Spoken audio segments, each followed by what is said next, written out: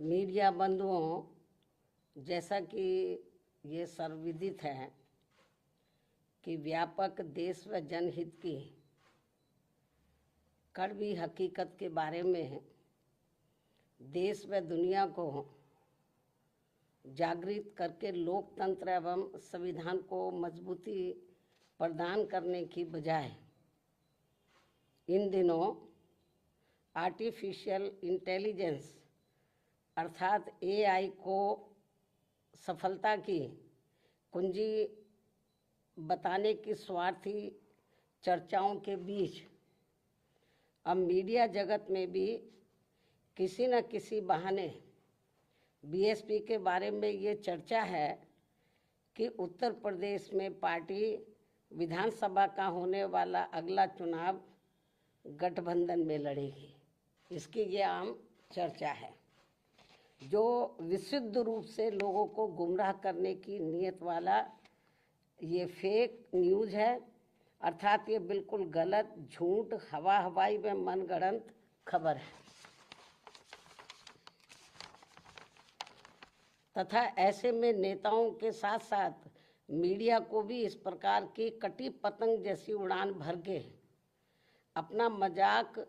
खुद उड़ाने से जरूर बचना चाहिए। जबकि इसके बारे में अर्थात अकेले अपने बलबूते पर चुनाव लड़ने के बारे में बीएसपी की राष्ट्रीय अध्यक्ष द्वारा मेरे द्वारा खुद एक बार नहीं बल्कि कई बार सार्वजनिक तौर पर तथा खास तौर से दिनांक 9 अक्टूबर सन 2025 को बीएसपी के जन्मदाता एवं संस्थापक मान्यवर श्री कांशीराम जी के पुण्यतिथि के मौके पर लखनऊ में आयोजित विशाल महारैली में भी इसकी खुली घोषणा की गई है, जिसकी पूरे देश भर में चर्चा होने के बाद अब ऐसी किसी भी चर्चा व बहस आदि की कोई संभावना नहीं बची है। लेकिन फिर भी कुछ लोग और कुछ मीडिया भी इनकी घिनौनी साजिश में पड़कर इस प्रकार की फर्जी उड़ान भरकर अपना समय और इमेज दोनों बर्बाद करते हैं, तो इसे फिर बीएसपी विरोधी हथकंडा ही माना जाएगा, जिस पर लोगों को ध्यान देने की बिल्कुल भी ज़रूरत नहीं है। ये जो उल्टी पुल्टी गलत जो खबरें देते रहते हैं अलायंस को लेकर, तो इस पर लोगों को ध्यान देने की बिल्कुल भी ज़रूरत नहीं है। वैसे भी बीएसपी के लोगों को ये अच्छी तरह से मालूम है कि कांग्रेस, सपा व भाजपा आदि इन पार्टियों की सोच संकीर्ण व परम पूज्य बाबा साहब डॉक्टर भीमराव अम्बेडकर विरोधी होने के कारण इनका अम्बेडकरवादी बीएसपी से गठबंधन करने की नीति केवल इनके वोटों का राजनीतिक व चुनावी स्वार्थ है तथा इनसे गठबंधन करने से बीएसपी को केवल नुकसान ही नुकसान होता है, फायदा नहीं।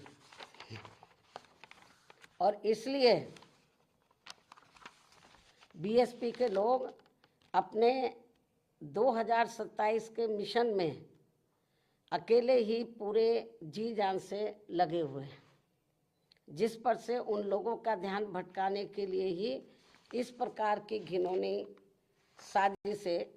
ये लोग करते रहते हैं। ऐसे में पार्टी के सभी लोगों से यही अनुरोध है कि वे ऐसी अनर्गल व मनगढ़ंत बातों पर कतई भी ध्यान ना दें और वे हाथी की मस्त चाल चलते रहें तथा सन 2007 की तरह अकेले ही ये चुनाव लड़कर फिर से बीएसपी की पूर्ण बहुमत की अपनी सरकार जरूर बनाए। इसी प्रकार बीएसपी की राष्ट्रीय अध्यक्ष होने के साथ साथ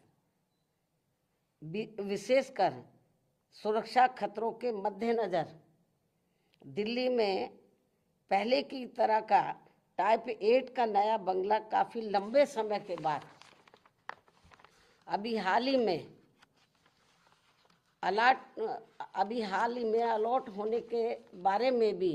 जो गलत व गुमराह करने वाली बीएसपी को नुकसान पहुंचाने की बातें षड्यंत्र के तहत प्रचारित की जा रही है, उससे भी लोगों को अति सावधान रहने की जरूरत है। जबकि वर्तमान सरकार ने भी, यानी कि वर्तमान जो केंद्र में बीजेपी की सरकार है, जबकि वर्तमान सरकार ने भी टाइप 8 का बंगला मेरी सुरक्षा के हिसाब से अब सही अलॉट करने से पहले कई और भी बंगले अलॉट कर दिए थे जो सुरक्षा कारणों से नहीं लिया है, और यदि लिया भी था तो उसे कुछ ही समय के बाद ही छोड़ भी दिया था।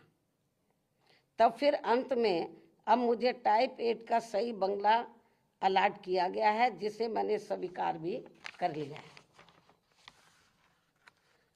जिसको लेकर भी अब किस्म किस्म की गलत बातें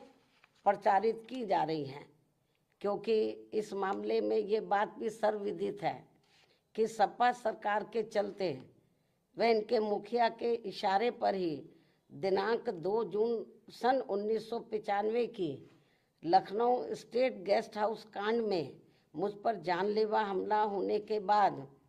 अगले दिन दिनांक 3 जून 1995 को बीएसपी के नेतृत्व में यूपी में बनी पहली सरकार के समय से ही सुरक्षा कारणों से मुझे विशेष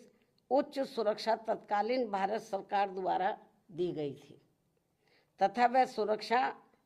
खतरा कम होने की बजाय अब और भी बढ़ जाने के साथ साथ बीएसपी की राष्ट्रीय अध्यक्ष व पूर्व मुख्यमंत्री होने के नाते फिर दिल्ली में टाइप 8 का बंगला पूर्व में दिए गए 3 त्यागराज मार्ग के टाइप 8 के बदले में मिला है जी। पहले भी मुझे टाइप 8 मिला हुआ था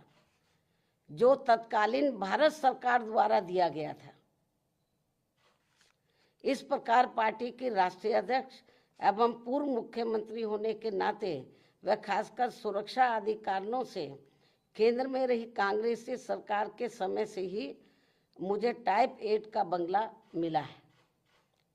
मिलता रहा है, तथा अब इसको लेकर किसी भी प्रकार से संकीर्ण व अति घिनौनी राजनीति करना उचित नहीं है। इतना ही नहीं बल्कि जैसे जैसे चुनाव नजदीक आएगा तो विरोधियों के साम दाम दंड भेद आदि के हथकंडे तथा बीएसपी को सत्ता से दूर रखने के षड्यंत्र और भी बढ़ते जाएंगे, जैसा कि हमेशा से होता रहा है।